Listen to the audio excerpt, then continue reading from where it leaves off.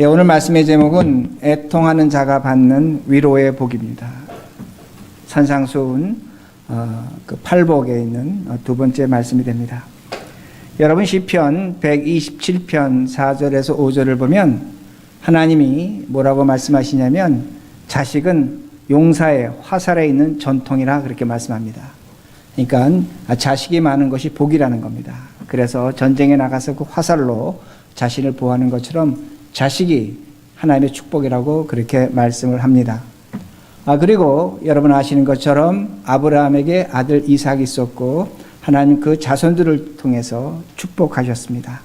구약 성경은 분명히 우리에게 가르쳐 주는 것이 자식이 하나님의 복됨을, 축복됨을 분명히 가르쳐 줍니다.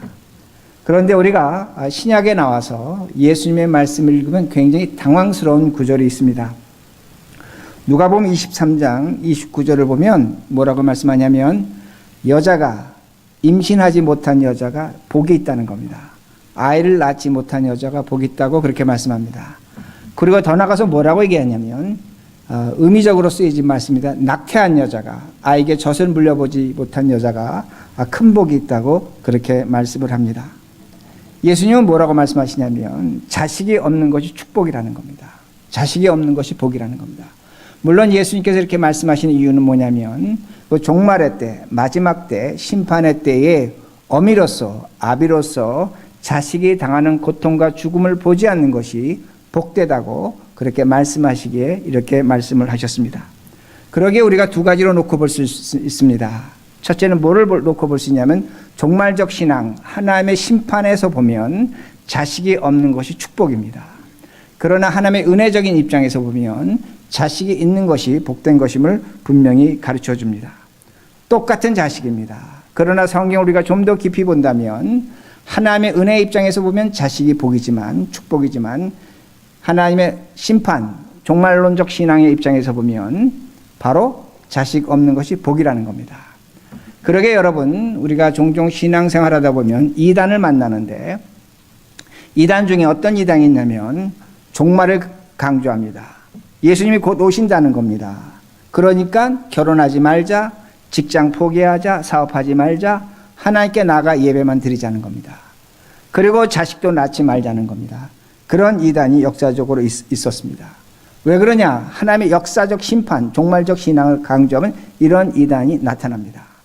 반대로 또 한 가지 이단이 있는데 하나님의 은혜만을 강조합니다. 하나님의 은혜만을 강조하면 어떻게 얘기하냐면 하나님이 우리에게 축복하시면 자식도 낳고 사업도 성공하고 직장도 잘 다닐 수 있고 모든 일에 축복을 받는다 그렇게 이야기합니다. 그런데 너희들이 믿음이 약하면 너희들이 하나님의 불성실하면 하나님께서 이 축복을 거두어 간다 그렇게 말합니다. 그러니까 뭘 강조하면 하나님 은혜만을 강조합니다. 하나님의 은혜만을 강조할 때는 우리에게 자식도 있어야 되고 사업도 성공해야 된다고 그렇게 가르친다는 겁니다. 그러기에 이런 이단은 한 가지 잘못하고 있는 것이 있습니다. 어떤 잘못을 하고 있냐면 우리에겐 종말이 있는 겁니다. 사람은 내일 죽을 수도 있는데 그 내일 죽으면 하나님의 종말적 심판, 하나님의 말씀 앞에, 하나님의 심판대 앞에 모든 사람은 서야 하는 겁니다. 바로 그 부분을 생략하고 하나님의 은혜만을 강조하는 이단도 있다는 겁니다. 제가 왜 이렇게 길게 말씀을 드리냐면 하나님의 은혜적 입장에서 보면 자식이 축복입니다. 그러나 종말론적 신앙의 입장에서 보면 하나님의 심판적 입장에서 보면 자식은 복이 아니라는 것을 분명히 알 수 있습니다. 오늘 제가 여러분에게 왜 이렇게 말씀을 드리냐면 오늘 우리는 특히 한국교회는 하나님의 축복에 대해서 거의 맹목적입니다. 거의 맹목적입니다. 그러나 우리에게는 하나님의 축복보다 더 귀한 하나님의 복이 있다는 겁니다. 다시 말씀드립니다. 우리에게 하나님의 축복이 필요합니다. 그러나 그 축복과 비교할 수 없는 하나님의 복이 우리에게 있다는 것을 성경은 분명히 가르쳐 줍니다. 그러기에 오늘 말씀을 다시 한번 보시기 바랍니다. 마태복음 5장 4절입니다. 애통하는 자는 복이 있나니 그들이 위로를 받을 것이며, 여기서 복이 있나니 이 말씀은 제가 지난주에도 간략하게 설명드렸지만 헬라어로 보면 마카리오스라는 단어를 썼습니다. 마카리오스라는 단어는 복 받을 수 없는 자가 하나님의 절대적 복을 받는 겁니다. 절대적 행복을 의미합니다. 이게 마카리오스입니다. 그런데 이 마카리오스 복은 하나님만이 우리에게 주신 복이라는 말씀이 됩니다. 근데 이 마카리오스라는 단어에서 영어 단어가 하나 나오는데 마카리시즘이라는 단어가 나옵니다. 마카리시즘. 좀 죄송하지만 이 단어를 들어보지 못한 분도 많을 겁니다. 이 마카리시즘을 여러분이 영어로 찾아보시면 blessing으로 번역을 했습니다. 한글 번역을 봐도 축복으로 번역했습니다. 그러나 의미적으로는 맞을지 모르지만 내용적으로는 맞지 않는 번역이라는 겁니다. 그러기에 오늘 성경은, 우리 한글 성경은 복으로만 번역을 했습니다. 마카리시즘은 뭐냐면 제가 좀 전에 말씀드린 것처럼 하나님만이 우리에게 주시는 절대적 행복이라는 말씀이 됩니다. 우리가 교회에서 가장 많이 쓰는 단어가 축복인데, 축복은 제가 지난주에 설명드린 것처럼 율로기아입니다. 축복은 율로기아입니다. 단어가 다른 겁니다. 율로기아도 한글로 축복이라고 하고 번역으로도 블레싱으로 그렇게 번역합니다. 오늘 영어 성경 오늘 말씀 4절을 보면 blessed로 그렇게 번역을 했습니다. 축복이라는 겁니다. 근데 율로기아는 제가 지난주에 설명드린 것처럼 하나님이 우리에게 좋은 말씀을 하시는 겁니다. 좋은 말을 하시는 겁니다. 하나님이 우리에게 이렇게 약속하십니다. 내가 너에게 자식을 주겠다. 하나님이 약속의 하나님입니다. 말씀의 하나님입니다. 반드시 자식을 주십니다. 그 자식을 하나님의 축복으로 받아들인다는 말씀이 됩니다. 하나님은 좋은 이야기, 율로기아를 하시면 그 율로기아를 반드시 이루신다는 말씀이 됩니다. 그런데 율로기아는 조건적입니다. 조건적입니다. 이게 하나님의 축복입니다. 하나님이 우리에게 자식을 주셨는데 성경은 뭐라고 말씀하냐면 그 자식을 하나님의 선물이라고 말씀합니다. 하나님이 선물로 주신 겁니다. 기쁘고 즐겁고 감사함으로 받으라는 겁니다. 자식을 기쁨으로 키우라는 겁니다. 감사함으로 키우라는 겁니다. 자식이 어떠한 일을 해도 낙심하지 말라는 겁니다. 선물로 줬기 때문입니다. 그런데 우리가 자식을 키우다 보면 자식이 뭐가 됩니까? 원수가 되는 겁니다. 기쁨이 없습니다. 나에게 아픔을 줍니다. 고통을 줍니다. 이것이 축복인가입니다. 자식을 받을 때는 축복인데 막상 키우고 같이 살다 보면 이것이 오늘 나에게 복이 아니라는 겁니다. 벌이라는 겁니다. 그러기에 하나님의 축복은 뭐냐면 오늘도 하나님이 우리에게 축복을 주셨을 때 그 축복에 따른 가치와 책임을 지켜낼 때 축복이 되는 겁니다. 다시 말씀드린다면 자식을 주셨는데 그 자식이 어떠하든 간에 오늘 나에게 속을 썩인다든 간에 내 아픔과 고통을 준다고 할지라도 기쁨과 감사로 그 자식을 양육할 때 그 자식은 축복이 되는 겁니다. 그렇지 못하면 축복이 아니라는 것을 성경은 가르쳐 줍니다. 그러기에 하나님의 율로기아는 조건적이라는 것을 기억하셔야 됩니다. 그런데 오늘 성경에 나오는 복은 이 율로기아가 아니라는 겁니다. 마카리오스라는 겁니다. 절대적 행복이라는 겁니다. 그래 다시 봅니다. 5장 4절 애통하는 자는 복이 있나니 그들이 위로를 받을 것이며 애통하는 자가 복이 있다는 겁니다. 근데 이 애통하는 단어도 우리가 원문으로 보면 어떤 의미가 되면 끝없이 애통하는 겁니다. 끝없이 슬퍼하는 겁니다. 여러분 한번 생각해 보시기 바랍니다. 우리가 삶을 살면서 끝없이 애통하면 그것이 행복입니까? 여러분 매일매일 슬퍼하고 눈물을 흘린다면 여러분 그것이 견딜만 합니까?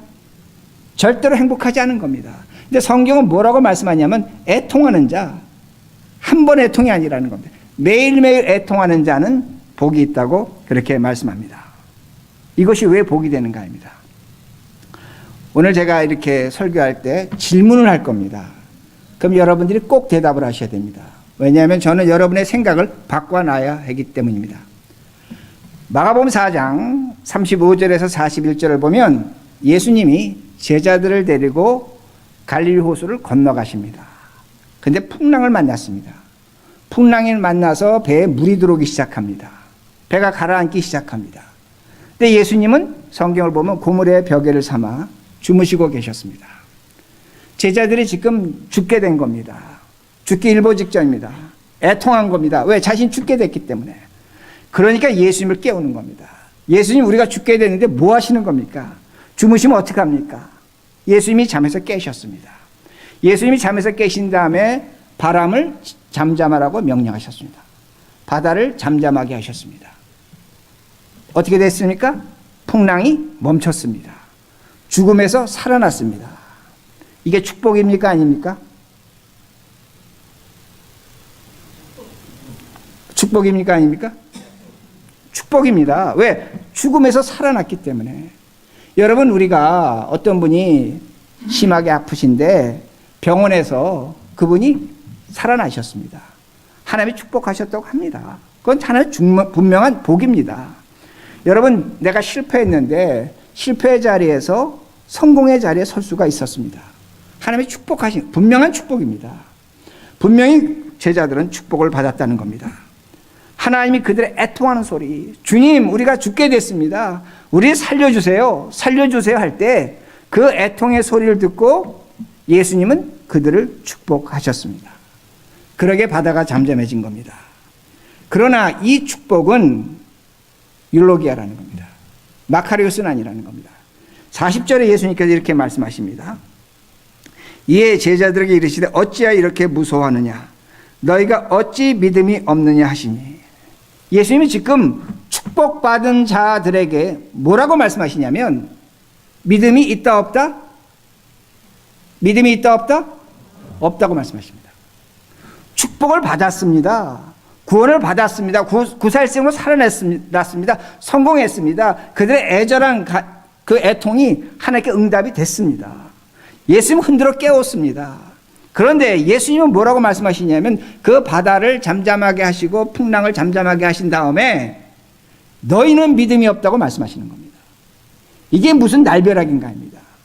우리는 지금까지 어떻게 생각하냐면 하나님의 축복을 받으려면 믿음이 있다고 생각했습니다. 근데 반대입니다. 축복을 받고 난 다음에 문제가 해결됐는데 그 다음에 예수님께서 하신 말씀이 뭐냐면 믿음이 없는 자라고 그렇게 책망하신다는 겁니다. 질책하신다는 겁니다. 여러분, 왜 이렇게 했습니까? 무엇 때문에 이렇게 하셨습니까? 이들은 애통이 기적이 일어난 다음에 축복을 받은 그 애통함이 끝난 겁니다. 예수님은 이걸 지금 책망하시는 겁니다. 그러게 믿음이 없다고 말씀하시는 겁니다.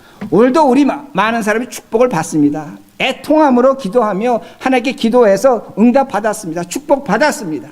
그러나 예수님이 오늘도 우리에게 요구하시는 건 뭐냐면 계속 애통하라는 겁니다. 계속 절망하라는 겁니다. 눈물로 부르짖으라는 겁니다. 그것을 예수님은 믿음 있는 자라고 그렇게 말씀하십니다. 여러분, 성경을 자세히 보시면 이런 얘기가 숱해 쌓여 있습니다. 여러분, 10명의 문둥병 환자를 아십니다. 그들이 애통하며 예수님께 부르짖습니다. 주님, 주님, 우리를 돌봐주십시오. 그 애통함의 소리를 듣고 예수님께서 그들의 병을 고쳐주셨습니다. 그들의 믿음을 보고 고쳐주신 것이 아닙니다. 여러분, 성경을 보면 예수님께서 불쌍히 여기시고 긍휼히 여기시고 그들을 고치셨다고 말씀합니다. 그 병을 고침을 받았습니다.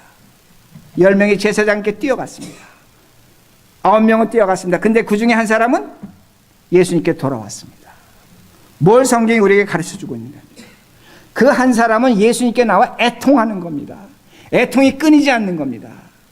그러기에 예수님이 그 한 사람, 사마리아 사람에게 뭐라고 말씀하시냐면 내 믿음이 너를 구원했다고 말씀하시는 겁니다. 얼마나 무서운 말씀입니까? 축복을 받았습니다. 병이 고침을 받았습니다. 그런데 예수님 뭐라고 말씀하시냐면 내 믿음이 너를 구원했다고 그때 가서 말씀하신다는 겁니다. 제가 다시 말씀드립니다. 여러분, 애통하시기 바랍니다. 애통으로 외치시기 바랍니다. 기도하시기 바랍니다. 하나님은 우리의 기도를 들으시고 분명히 축복해 주십니다. 축복해 주십니다. 그러나 이것은 율로기아라는 겁니다. 하나님이 주시는 복 마카리스는 아니라는 겁니다. 이걸 기억하시라는 겁니다. 우리는 항상 애통해야 됩니다. 항상 애통해야 됩니다. 그럼 뭘 갖고 애통해야 됩니까? 뭘 갖고 우리가 애통해야 됩니까? 여기서 애통이라는 단어는 판도스라는 단어인데 누군가 죽어서 장례를 치르고 슬퍼하는 겁니다. 누구 때문에 오늘 우리가 애통해야 됩니까? 내 자식 때문에 애통해야 되는가? 내 어떤 사건을 두고 애통해야 되는가? 그게 아닙니다. 내 자신을 두고 애통하라는 겁니다. 나의 죽음을 보고 애통하라는 겁니다. 그래야만 하나님이 복을 주시고 그 복으로 하나님의 위로를 받는다는 겁니다. 우리에게 죄가 있다는 겁니다. 우리의 죄로 애통하라는 겁니다. 우리의 죄가 뭡니까? 우리는 대략적으로 두 가지로 얘기합니다. 오늘도 나는 믿음이 약한 죄가 있습니다. 강한 믿음이 있어야 되는데 믿음이 약합니다. 이것이 하나님 앞에 부끄럽습니다. 하나님 앞에 죄가 됩니다. 여러분, 다시 말씀드립니다. 믿음의 주가 누굽니까? 우리입니까? 하나님입니까? 하나님입니다. 하나님의 믿음의 주요 우리의 믿음을 부욕해 하시는 이라고 성경은 말씀합니다. 믿음은 우리의 것이 아닙니다. 하나님이 주신 은혜로는 은혜적인 것이라는 겁니다. 여러분이 믿음이 작든 크든 그 믿음이 겨자씨 알만하든 그 믿음의 책임은 하나님이 갖고 계시는 겁니다. 그러므로 여러분의 믿음을 갖고 죄라고 생각하시면 절대로 안 됩니다. 믿지 않는 건 죄입니다. 그러나 믿음을 얻은 자들은 믿음으로 죄가 될 수 없다는 겁니다. 우리는 또한 이렇게 얘기합니다. 우리의 잘못된 행동과 언어를 죄라고 얘기합니다. 맞습니다. 분명히 죄인입니다. 그러나 우리의 모든 죄는 예수 그리스도의 십자가에서 용서됐습니다. 성경 분명히 그걸 가르쳐 줍니다. 만약에 우리의 모든 죄를 용서하지 못한다면 그건 십자가의 능력이 아니라는 겁니다. 그러나 한 가지 중요한 것은 저 십자가 밑에서 우리는 뭐가 됩니까? 의인도 되지만 죄인도 된다는 겁니다. 제가 좀 전에 말씀드린 이단 구원파는 뭐라고 얘기합니까? 하나님의 은혜만을 강조합니다. 우리 모두 의인이라는 겁니다. 죄인을 인정하지 않습니다. 그거는 이단이라는 말씀이 됩니다.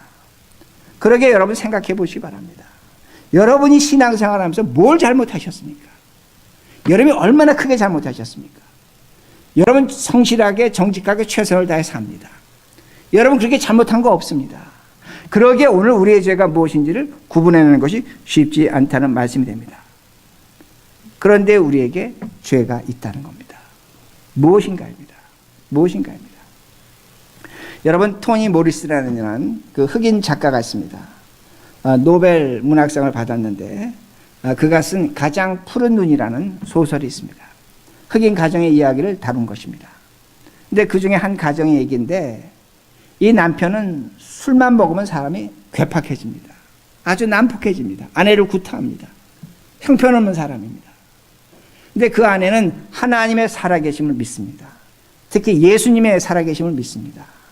그렇기 때문에 어떻게 생각하냐면 내가 오늘도 저 원수 같은 남편하고 사는 것이 하나님께서 나에게 주어진 짐인데 내 죄가 있기 때문에 나는 그렇게 살아야 된다.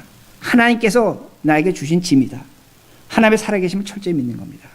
근데 그녀가 믿는 하나님은 어떤 하나님이냐면 하나님이 은혜의 하나님이기보다는 심판의 하나님입니다.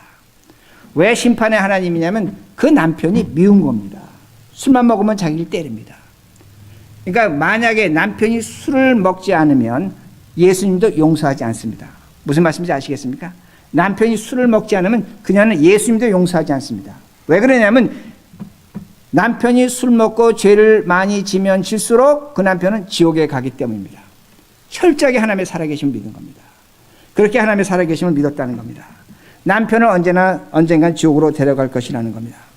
그렇기 때문에 그녀는 남편하고 다투면서 싸우면서 그 고생스러운 삶을 견디어 나갑니다. 무엇 때문에? 하나님이 저 인간을 지옥으로 데려갈 것이라는 겁니다. 그걸 철저하게 믿었습니다. 이것이 바로 하나님의 살아계심을 믿는 자의 하나의 태도로 볼 수 있습니다. 자신의 그 엄청난 그 삶의 아픔과 비극을 견뎌낸다는 겁니다. 그녀가 믿는 하나님은 심판의 하나님이라는 겁니다. 여러분 우리가 이렇게 하나님을 믿고 있는가 합니다.